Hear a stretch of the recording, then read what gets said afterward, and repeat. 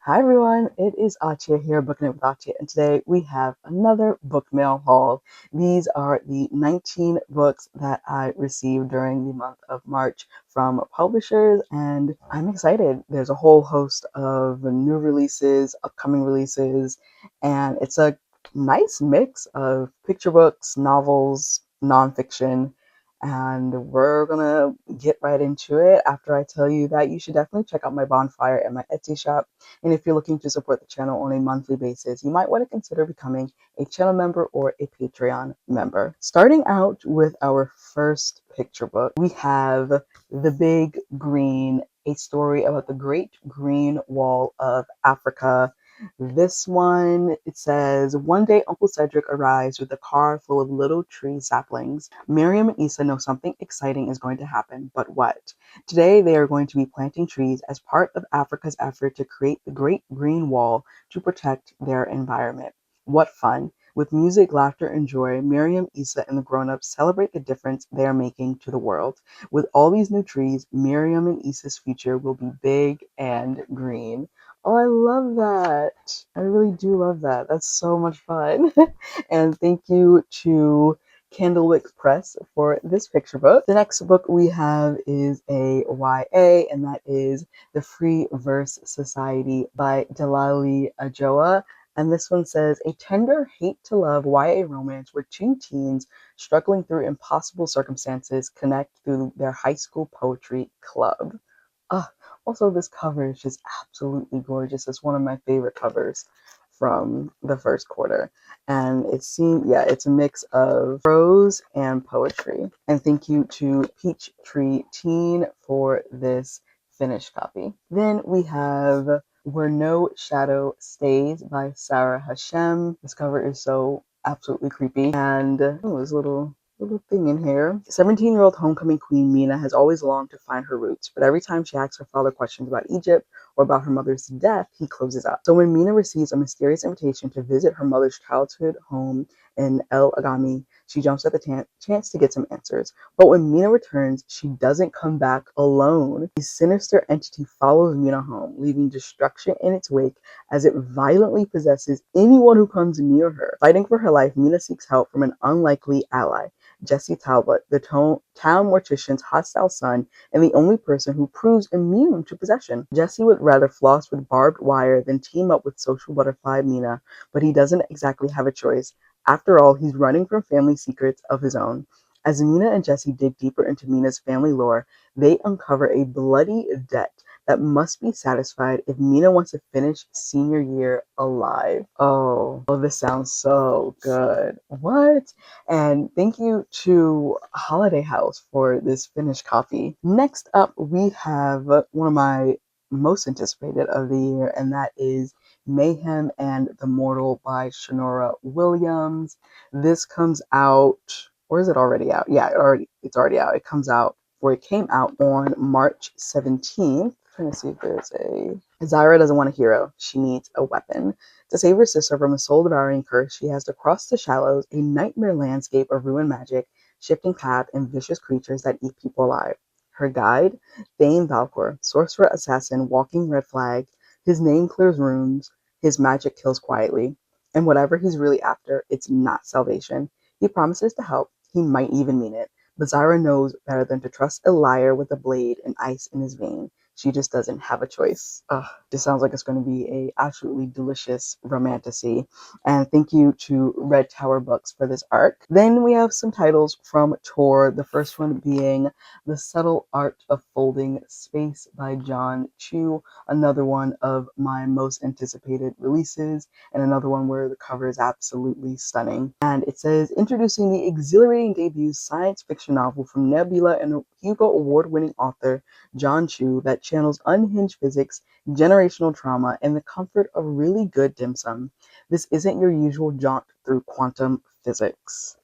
Where is it? Here we go. Ellie's universe in this one is falling apart. Her mother lies in a coma, her sister Chris accuses her of being insufficiently Chinese between assassination attempts, and a shadowy cabal of engineers is trying to hijack the Skunk Works, the machinery that keeps the physics of each universe running. Daniel, Ellie's cousin, has found an illicit device in the Skunk Works, one that keeps Ellie's comatose mother alive while destabling the physics of this universe. If she can confront her mother's legacy and overcome her family's generational trauma, she might find a way to preserve the Skunk Works and reconcile with her sister.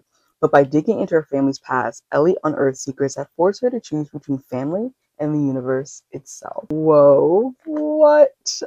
Then the next one from Tor is The Redemption Center is Closed on Sundays by Andrea Hairston.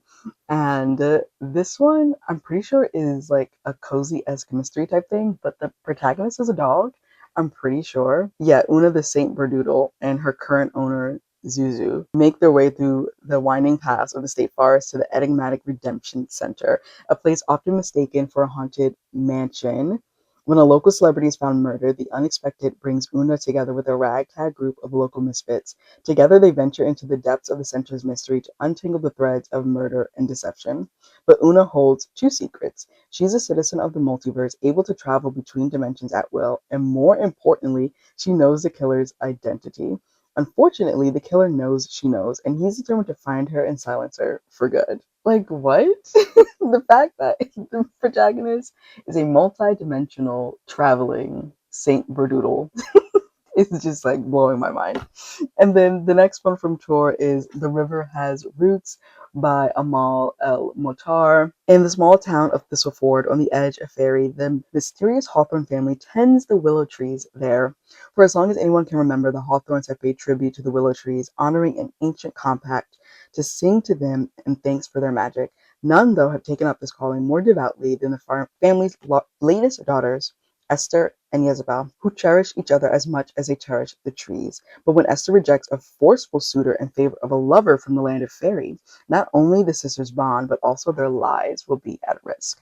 And thank you to Tor for these three beauties. Next up, we actually have, well, actually the next three are all nonfiction. The first one being a memoir, and that is Phases by Brandy. Yes, the Brandy.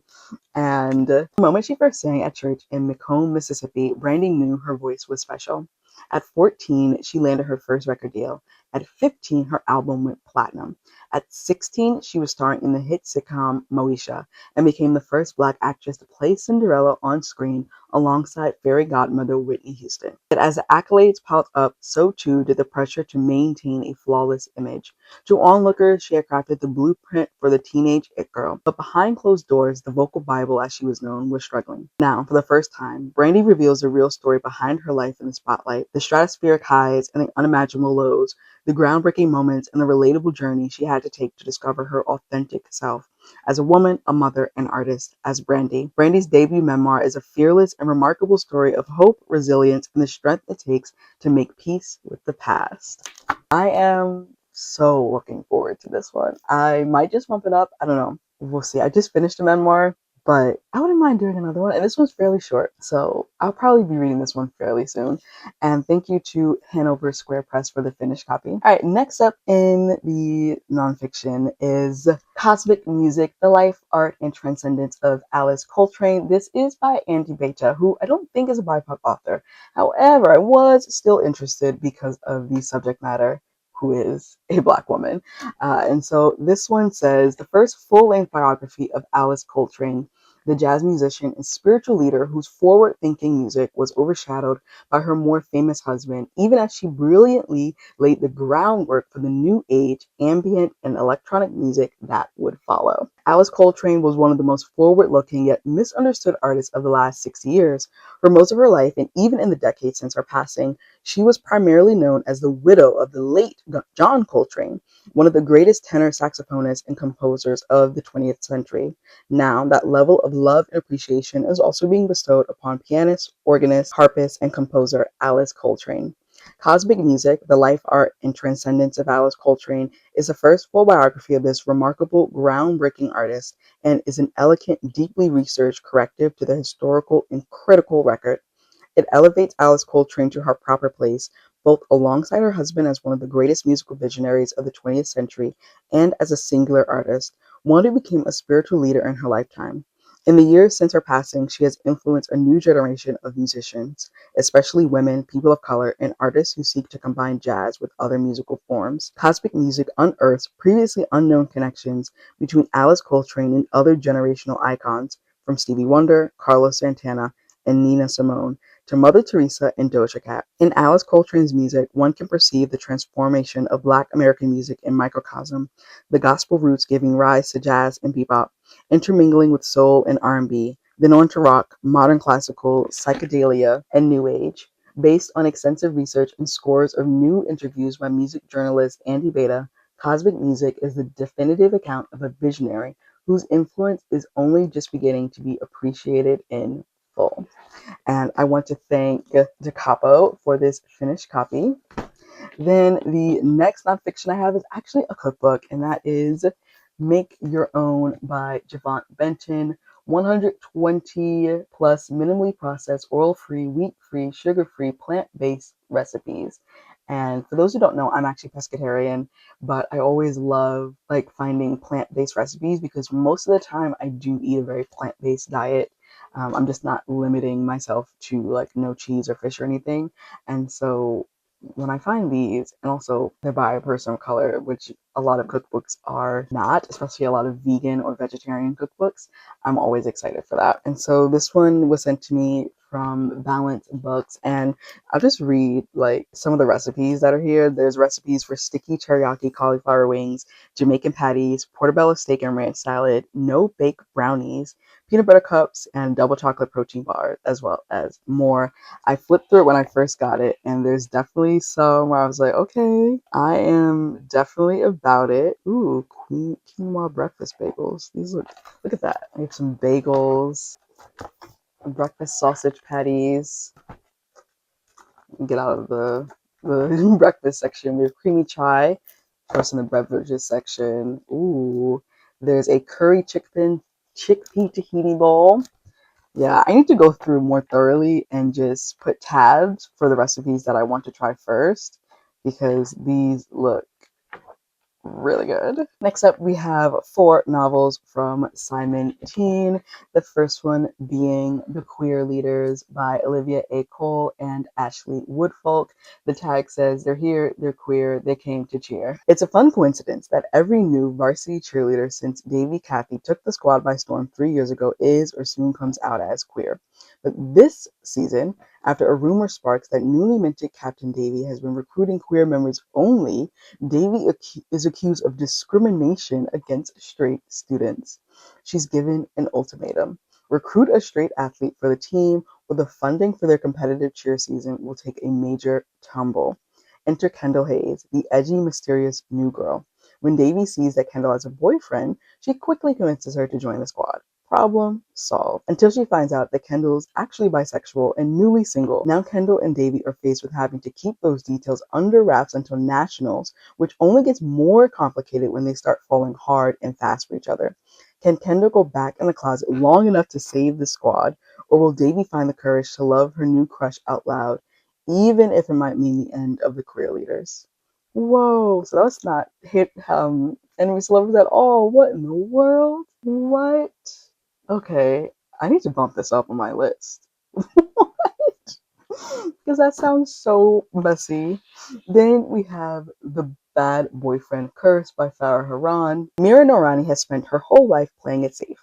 Raised by her single mom, she's had to, especially in love, because history has shown that all Noorani women are cursed to have partners who ruin their lives. And though she's tried her best to avoid it, Mira's fate comes a calling.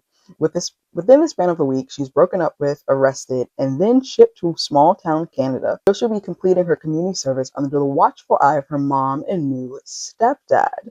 Mira spent her whole life being good, and this is the thing she gets. If she can pose a threat to mom's perfect new life, though, maybe she can get back to the city. And there's no better way to do that than date one of her fellow teen delinquents. After all, Noah has got the piercings, tattoos, and rumors to prove that he's the town's most infamous bad boy. When the bad boy isn't actually bad, what's a girl to do? Okay, what? This is, especially as like it warms up, I love a good rom-com, whether that's adult or YA. So, I mean, this, after that one, sign me up. Then we have The Beckett Effect by Nashe Jones. There's no one Ren hates more than Beckett Lane. Girls love Beckett because of his famous dad, and Beckett revels in the unearned attention. It seems like everyone except Ren is susceptible to the Beckett effect, the phenomenon that makes people, most of all teen girls, fall for him despite his glaring red flags. Unfortunately for Ren, her sister Kennedy is vulnerable to Beckett's charms, and she has a huge, misguided crush on him.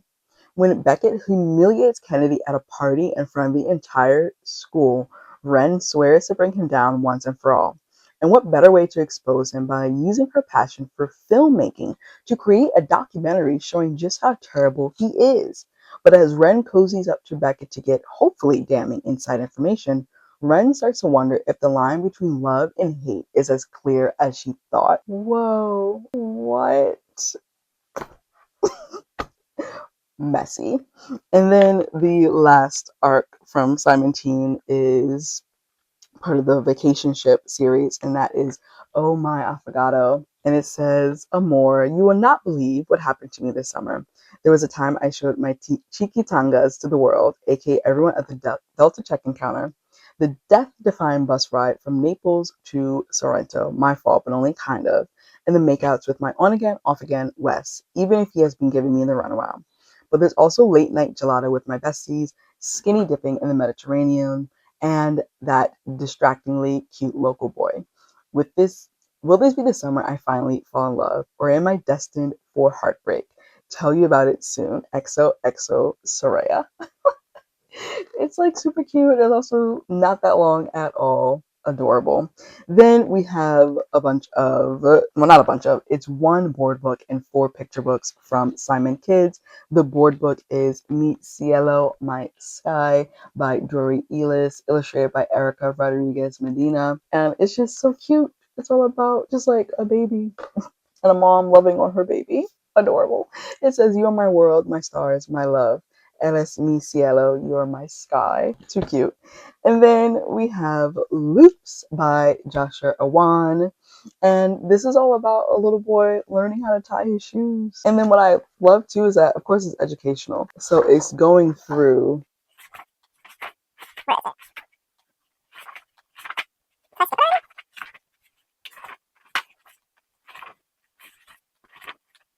Oh, it's about learning how to tie shoes and then him also finding the shoes that he keeps losing. It also is teaching how to tie your shoes, which is pretty cool. So it becomes like a reference book for that child that may need a little extra push. And then it goes on with the rest of the story, which is always super fun.